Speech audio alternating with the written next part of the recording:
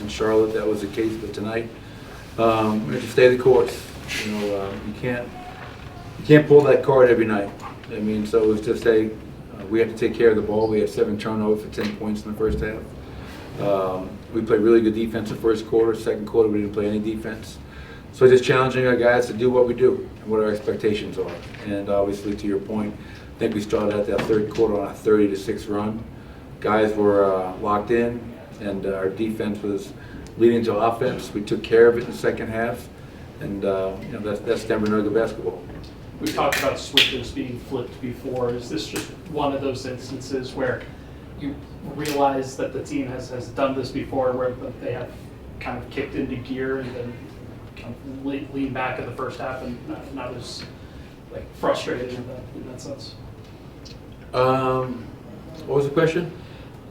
Good question. You lost me. Definitely lost me on that one. But I think for our veterans, I think we realized at halftime, hey, you know what? We have to bring it.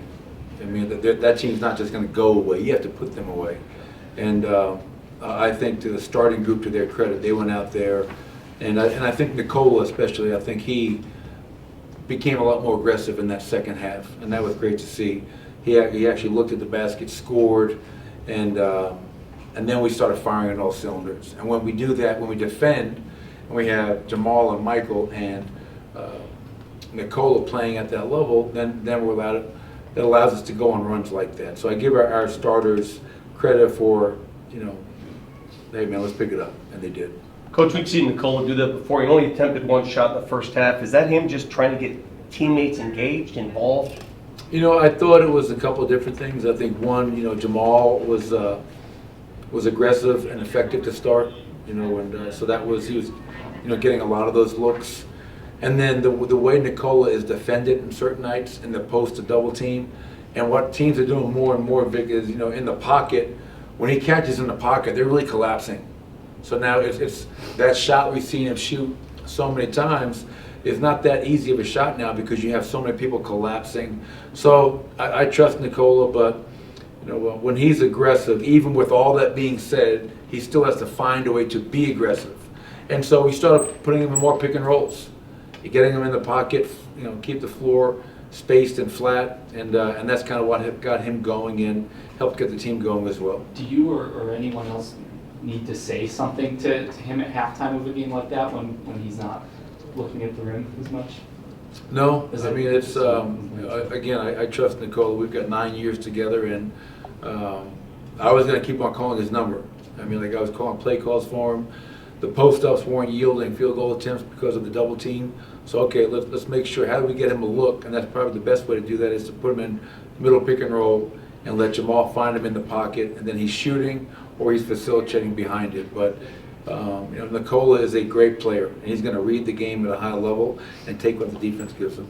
Just curious if you had a chance tonight or even today to talk to Ish just about tonight. Yeah, I spoke to him before the game, and when we were in Charlotte a few weeks ago, which I believe was right before Christmas, we had to kick him out of our locker room. He was in the locker room before the game, talking to everybody, hugging everybody.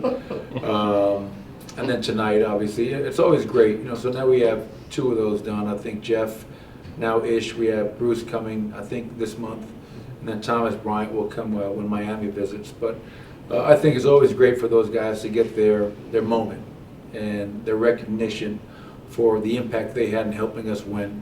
And some guys, their impact was more noticeable on the court. Some guys like Ish, maybe less noticeable on the court to the fans, but we all know, and that's why when you see his teammates, all the teammates out there at half court, when he's getting his ring, you can see the camaraderie, the brotherhood, the togetherness that we had, and that group will always be a special group in Denver Nugget history.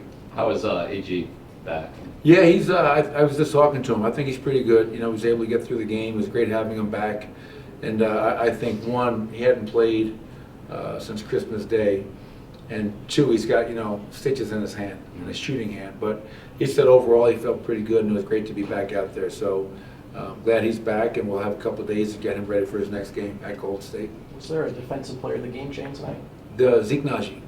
Cool. Yeah, I thought Zeke, 13 boards, 3 blocks. His defensive communication was on point, early loud, continuous. And I thought he had a really good impact on that end for us. First half, you guys go with the full bench group. Second half, stagger a starter out there. Just obviously full bench in some situations it won't yield that. But what do you like about Mike with that group? What do you like about KCP with that group that helps them kind of get into their stuff? Yeah, I mean, it was to your point. You know, we had the 5-man bench unit in at once, and that didn't go well for us. So in the second half, at halftime, I made the decision. I said, we're going to keep one starter out there at all times. You know, Pope is a racehorse. He can play the whole quarter, which he did. And then once we took him out to start the fourth, getting Michael back out there. And they were also playing a lot of zone with that second unit.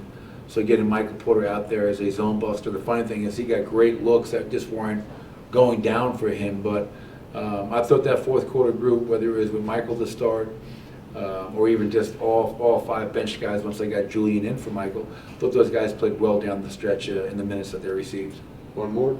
How much happier were you with sort of just the, I guess, the mental focus in closing that game than last time in Charlotte, where after you guys got the big lead in the third, it sort of slipped away pretty quickly?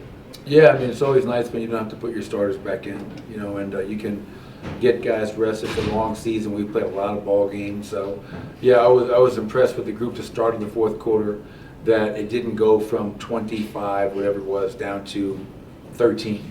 You know, we were able to weather that storm, play our brand of basketball. That Reggie played well, Christian, Peyton, Zeke, Michael, those guys had some really good minutes and allowed us to stay away from having to go back to our starters, which is a good thing, as I mentioned.